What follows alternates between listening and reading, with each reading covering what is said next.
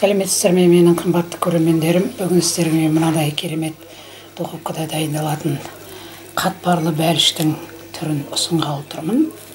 Керемет бәліш болып шығады. Қазір сіздермен біз осыны жасап көрейік.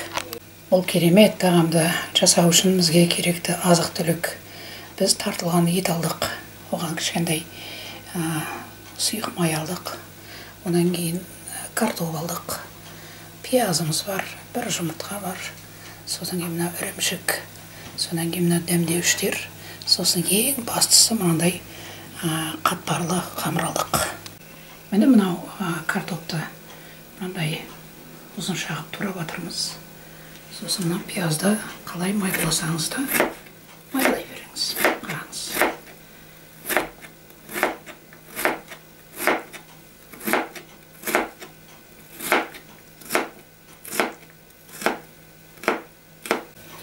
Ыңғайлы болу үшін қатпарлы қамырды екіге бөліп алдық. Біреуін қойып қоямыз да, біреуімен жұмыс істейміз. Енді бұны қазір жаюымыз керек әдемілеп.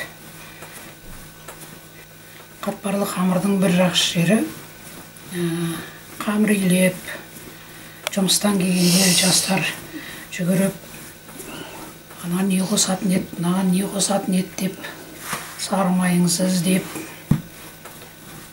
ұныңызды іздеп жүгіріп жүргенде уақыт болып қалады тамақ беретін үйлеріңізде азаматтарыңызға, бала шағаңызға. Сондықтан қатпарлы қамыр сол үшін де ыңғайлы.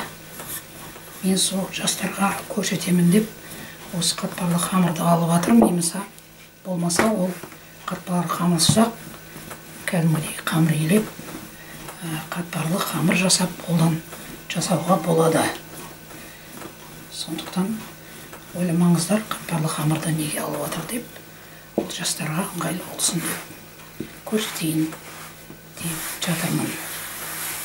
Міне әдемілеп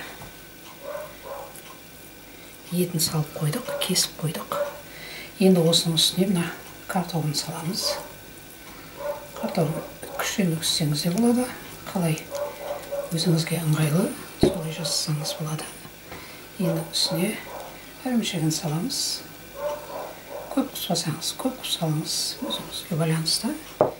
Енді бұны орауымыз керек. Сына деп орай береміз. Бірінен кейін бірі кете береді. Өзіміз жабыла береді. Сондай әдемі бәліш болады бұл. Қараңыз.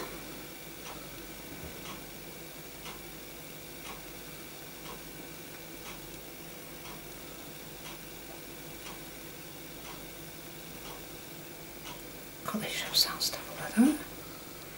Қараңыз. Енді бұның үстіне әдемілеп жұмыртқаның сарысымен жаңағы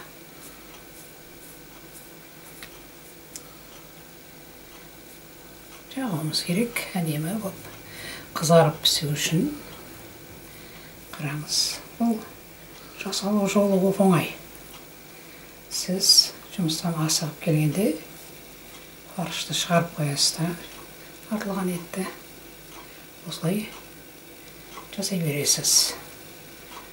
Тез сіз шешініп болғанша дайын болатын тағам. Міне екеуін де әдемілеп жасап қойдық. Духовкамыз қызып жатыр, қазір духовкаға барады. Міне керемет бәліштер қанға келді.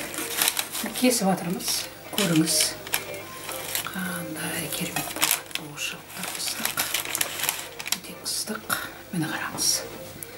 Сондай тамаша болған. Міне қараңыз. Қалай көрсетсеңіз де керемет.